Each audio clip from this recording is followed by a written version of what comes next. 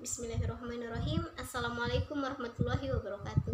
Alhamdulillahirabbil alamin, wassalatu wassalamu ala asrofil anbiya'i wal mursalin sayyidina Muhammad wa ala alihi washabihi ajmain, amma ba'd. Yang pertama-tama dan memang harus paling utama, marilah kita banyak-banyak memanjatkan puji syukur kehadirat Tuhan Yang Maha Esa, karena berkat rahmat dan limpahannya lah sehingga kita masih bisa diberikan kesempatan untuk hidup, masih bisa diberikan kesempatan untuk bernafas, dan masih bisa diberikan kesempatan untuk melakukan hal-hal yang lebih baik ke depannya. Nah, kemudian salawat dan salam tak lupa kita aturkan kepada Nabi kita, Nabi Muhammad SAW, sang revolusioner sejati, sang pembawa risalah yang telah membawa kita dari lembah kehinaan menuju lembah yang terang benderang seperti saat ini. Sebelum kita melanjut untuk pemaparan materi, yang saya mau sampaikan adalah di sini saya bukan sumber kebenaran, jadi tidak mutlak yang saya katakan itu adalah sebuah kebenaran. Namun di sini saya hanya fasilitator untuk teman-teman yang telah dipercaya oleh teman-teman organisasi untuk menyampaikan materi ini. Jadi di sini kita saling bertukar pikiran, bertukar pendapat. Teman-teman silakan menambahkan atau berargumentasi jika teman-teman tidak sepaman dengan apa yang saya katakan. Nah, harap teman-teman yang ada di sini dalam kondisi sehat walafiat sehingga apa yang kita lakukan pada saat ini dapat berjalan dengan baik. Teman-teman dapat mencerna dengan baik, dapat mengambil ilmu-ilmu apa yang akan saya sampaikan. Nah, selanjutnya sebelum masuk di pengertian, saya paparkan dulu materi yang akan saya bawakan, itu adalah mahasiswa dan tanggung jawab sosial. Jadi umum yang harus teman-teman ketahui. Teman-teman harus ketahui apa sebenarnya itu mahasiswa, bagaimana ciri-ciri mahasiswa, bagaimana yang dimaksud tipikal mahasiswa, bagaimana itu manajemen waktu, yang mana yang dikatakan tanggung jawab sosial. Selanjutnya kita akan membahas pengertian mahasiswa. Apa sih sebenarnya itu mahasiswa? Teman-teman mungkin dari teman-teman sudah tahu apa sebenarnya itu mahasiswa. Mungkin teman-teman sudah pernah dengar di luar bagaimana sih itu mahasiswa, apa sih tugas-tugasnya mahasiswa. Nah, pengertian mahasiswa menurut KBBI, mahasiswa adalah orang yang belajar di perguruan tinggi. Nah, sedangkan menurut para ahli, menurut Hartaji, beliau mengatakan bahwa mahasiswa adalah seseorang yang sedang dalam proses menimba ilmu ataupun belajar dan terdaftar dan menjalani pendidikan pada salah satu perguruan tinggi, ya seperti politeknik, sekolah tinggi, institut maupun universitas. Nah, kemudian yang selanjutnya menurut Siswoyo, beliau memaparkan bahwa mahasiswa itu dapat didefinisikan sebagai individu yang sedang menuntut ilmu di perguruan tinggi, baik swasta maupun negeri atau lembaga lain yang setingkat dengan perguruan tinggi. Ya, dari beberapa pengertian yang sudah saya sampaikan menurut KBBI dan beberapa para ahli, jadi kita bisa menarik benang merahnya bahwa mahasiswa adalah status yang disandang oleh seseorang karena hubungannya dengan perguruan tinggi, yang nantinya diharapkan menjadi calon-calon intelektual yang bermanfaat bagi masyarakat banyak. Ya. Setelah teman-teman tahu apa itu mahasiswa dan beberapa pengertian menurut ahli, selanjutnya kita akan beralih ke karakter mahasiswa. Sebenarnya banyak karakter mahasiswa, namun hanya beberapa yang akan saya paparkan di video kali ini. Nah, yang pertama itu karakter pasifis, di mana karakter ini adalah bentuk mahasiswa yang tidak mau peduli terhadap orang lain, cenderung cuek dan apatis. Contohnya, tidak peduli apapun yang terjadi di lingkungannya mereka. Nah, itu karakter mahasiswa yang pasifis. Nah, kemudian yang kedua, karakter yang akademis.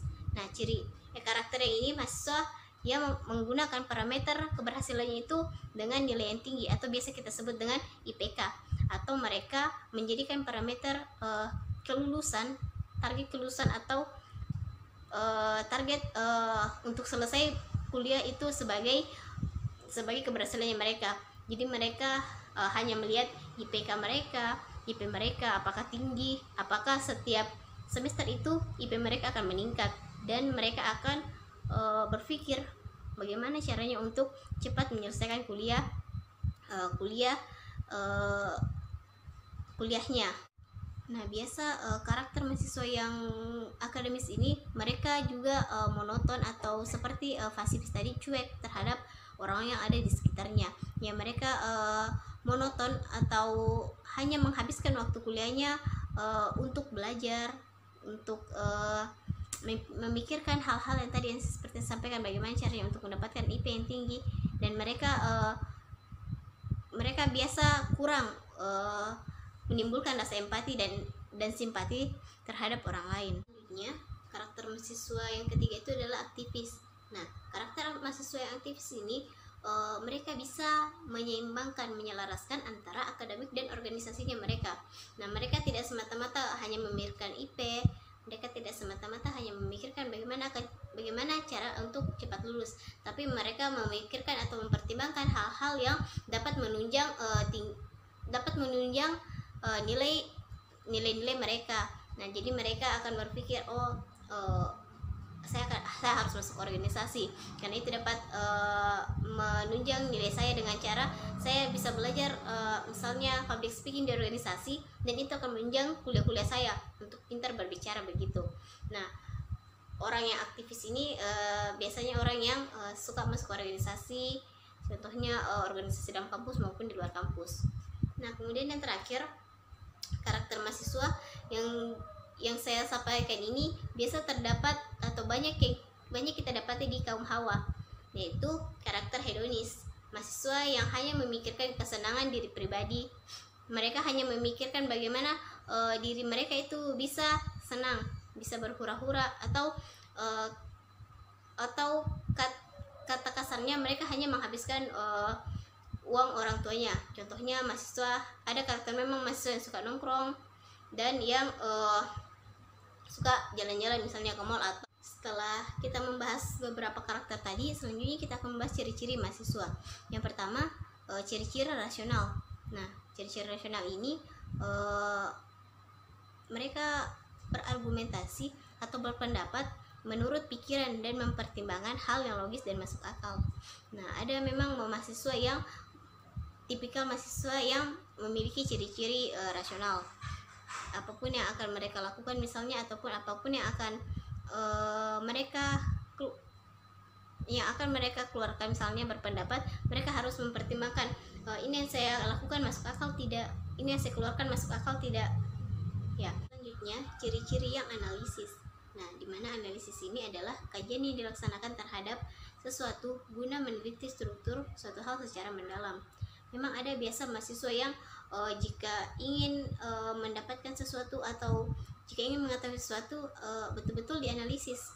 Misalnya dari mana seluk-beluknya dapat dikatakan seperti ini, kenapa bisa terjadi seperti ini. Mereka menganalisis sebisa mungkin dan sejauh mungkin untuk mendapatkan hasil yang maksimal. Selanjutnya, ciri-ciri mahasiswa yang kritis.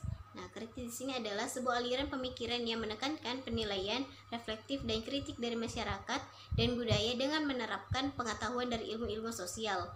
Nah, biasanya memang ada tipikal mahasiswa yang kritis, sedikit yang mereka lihat tapi tidak masuk misalnya di akalnya atau menimbulkan sebuah pertanyaan. Mereka pertanyakan, kenapa bisa seperti itu? Apa yang menyebabkan hal ini dapat terjadi misalnya.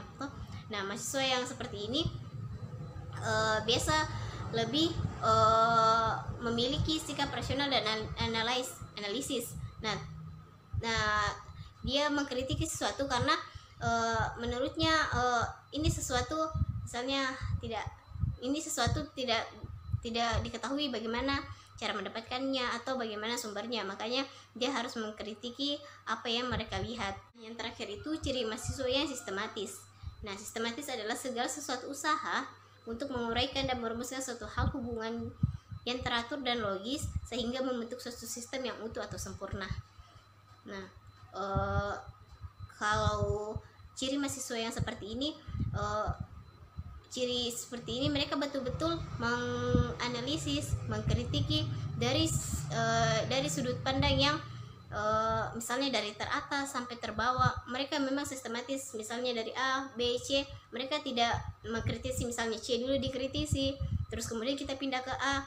Nah, namun kalau mahasiswa yang sistematis ini, mereka mempunyai pemikiran, misalnya betul-betul mereka cari dulu akar permasalahannya apa.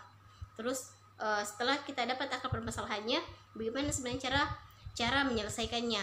Nah, kemudian kalau sudah dapat cara permasalahannya, hal apa yang harus ditempuh sehingga kita dapat menyelesaikan misalnya masalah-masalah yang terjadi. Jadi betul-betul tersistematis sehingga apa yang mereka ingin capai itu berbentuk suatu sistem yang sempurna, circle. Ada sistem misalnya dari mulai hingga akhir. Nah, seperti itu. Selanjutnya kita akan membahas tipikal-tipikal mahasiswa. Nah, sebagai mahasiswa kita tidak hanya harus mengetahui identitas mahasiswa itu sendiri, tetapi kita juga harus tahu apa sebenarnya atau bagaimana sebenarnya tipe-tipe mahasiswa yang ada. Nah, prioritasnya lingkungan yang ada di sekitar kita itu yang seringkali membentuk atau menjadikan mahasiswa itu memiliki karakter yang berbeda-beda. Nah, untuk tipikalnya ada beberapa yang akan dijelaskan. Yang pertama itu berdasarkan perilakunya.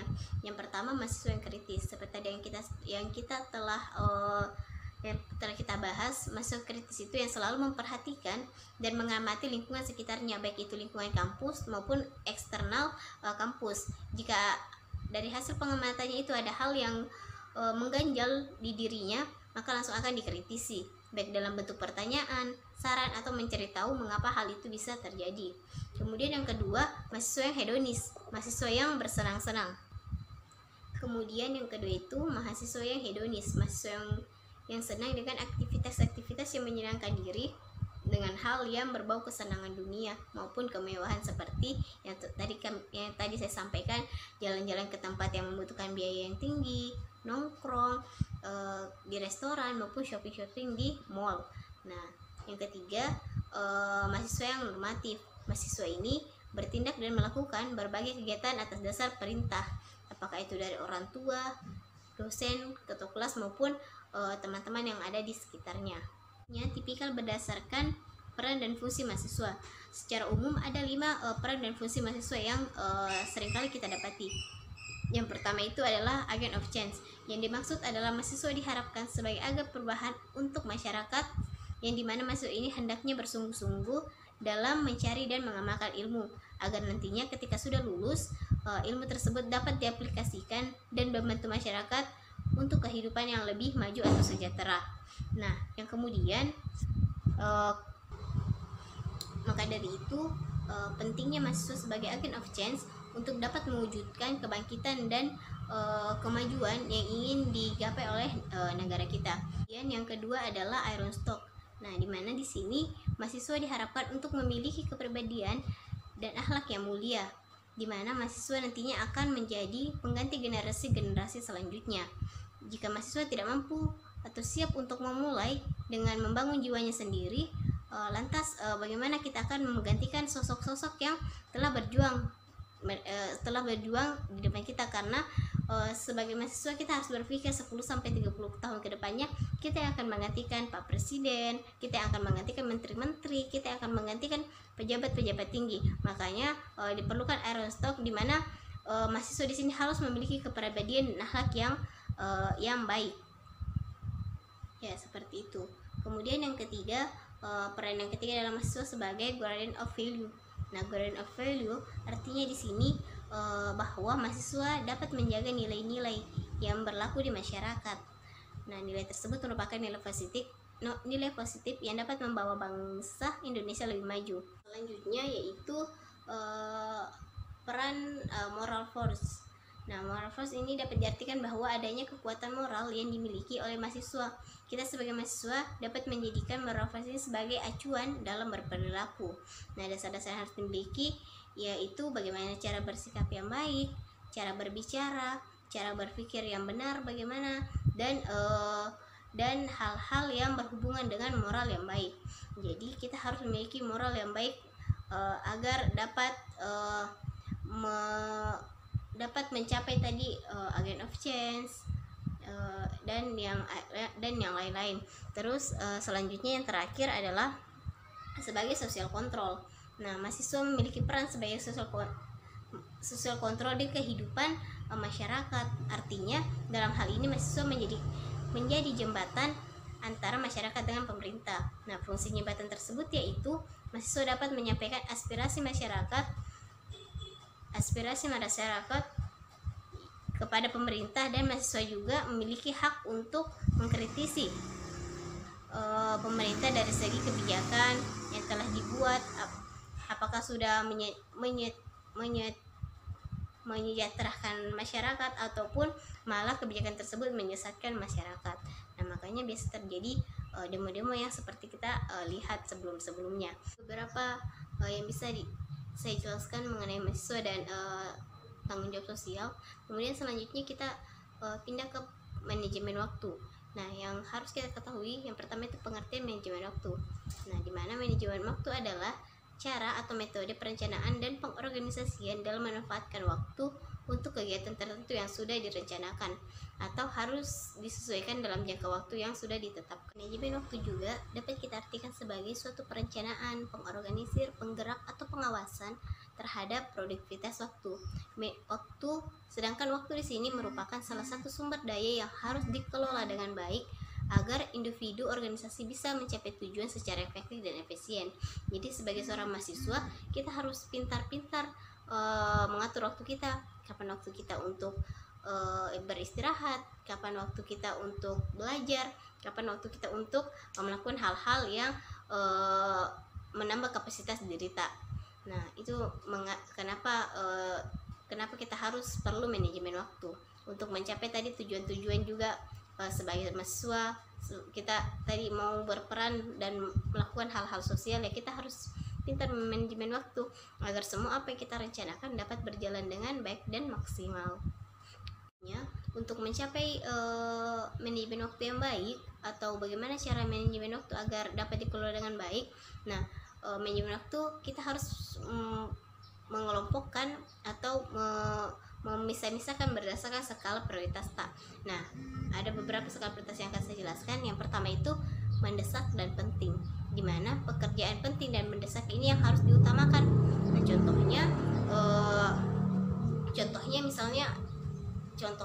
ada tugas yang harus dikumpul misalnya besok, dan hari ini baru dikasih dan harus dikumpul besok. Itu penting dan mendesak. Nah, makanya mengerjakan tugas itu harus diprioritaskan sebagai pekerjaan yang kita akan lakukan nantinya, yang kita akan lakukan dan tidak akan ditunda-tunda. Nah, kemudian contoh lain adalah misalnya ada orang kecelakaan dan memang harus diantar ke rumah sakit. Nah, itu yang dikatakan penting dan mendesak. Nah, kemudian yang kedua, berdasarkan skala prioritas yaitu penting. Nah, tipe pekerjaan prioritas ini harus disikapi dengan menjadwalkan pekerjaan yang cermat. Nah, jangan sampai pekerjaan-pekerjaan yang penting akan tergeserkan dengan pekerjaan-pekerjaan yang mendesak. Nah, di sini kita sebaiknya gunakan waktu produktif untuk menyelesaikan pekerjaan-pekerjaan yang memang betul-betul sudah kita rencanakan, itu kegiatan-kegiatan yang penting. Nah, dalam kelompok ini mencakup kegiatan-kegiatan yang sudah terjadwal dan biasa rutin kita lakukan, misalnya setiap minggu atau setiap harinya, seperti mengerjakan tugas. Ya, misalnya hari ini dikasih cuman deadline-nya 2 hari sampai 3 hari ke depan, itu penting tapi tidak mendesak, tidak seperti tadi yang pertama saya sampaikan. Kemudian contohnya olahraga sudah terjadwal, ini kan penting untuk kesehatan kita dan untuk menunjang agar tubuh kita dapat melakukan fungsinya dengan baik dengan olahraga, kan ini penting. Nah, kemudian orang yang berada dalam kelompok ini mereka memiliki visi, mempunyai prioritas dalam hidup mereka. Nah, makanya mereka mengkategorikan yang mana yang penting menurut mereka, yang mana hal-hal yang harus mereka lakukan secara rutin. Makanya penting tapi tidak mendesak. Mendesak dan tidak penting. Ya, bagaimana yang dikatakan mendesak dan tidak penting? Ya, seperti contohnya itu kalau kita mau menemani teman kita, misalnya kerja tugas, atau menemani misalnya beli buku atau sesuatu. Nah, sebenarnya itu tidak terlalu penting bagi kita tapi mendesak untuk mereka, sehingga kita harus ikut atau misalnya menolong teman-teman tak, menemani teman-teman tak. Nah, itu yang dibilang mendesak tapi tidak penting. Misalnya mendesak bagi mereka harus teman ini harus kumpul sebentar malam misalnya tugasnya. Nah dan dia minta teman, dia ingin kalau misalnya ditemani untuk membeli buku atau mengerjakan tugas-tugasnya. Sebenarnya hal itu tidak penting bagi kita, tapi mendesak bagi mereka. Jadi mendesak dan penting. Akhir adalah tidak mendesak dan tidak penting. Ya seperti contohnya tidur secara berlebihan, terus menonton televisi. Kan sebenarnya itu hal-hal yang tidak mendesak dan tidak penting. Nah cuman ada beberapa, ya tidur memang penting tapi tidak penting kalau belum pada waktunya. Nah itu konteksnya. Nah tidak penting dan tidak mendesak. Jadi tadi ada 4 prioritas, skala prioritas dalam manajemen waktu. Yang pertama penting mendesak. Yang kedua yang pertama tadi penting, beberapa manajemen waktu berdasarkan skala prioritasnya. Yang pertama tadi mendesak dan penting, terus yang kedua penting, yang ketiga mendesak dan tidak penting, yang keempat tidak mendesak dan tidak penting. Ya semoga apa yang saya sampaikan ini bisa menambah pengetahuannya teman-teman dan bisa teman-teman aplikasikan di kehidupan sehari-harinya. Hanya itu beberapa yang bisa sampaikan. Ya semoga ada yang teman-teman bisa ambil dan bisa menambah kapasitasnya diri teman-teman. Nah seperti yang awal saya bilang, saya bukan sumber kebenaran. Mungkin ada beberapa yang saya sampaikan namun tidak dapat teman-teman pahami. Ya silakan teman-teman bertanya. Ya mungkin hanya sekian. Ilmu amal padu mengabdi. Wassalamualaikum warahmatullahi wabarakatuh.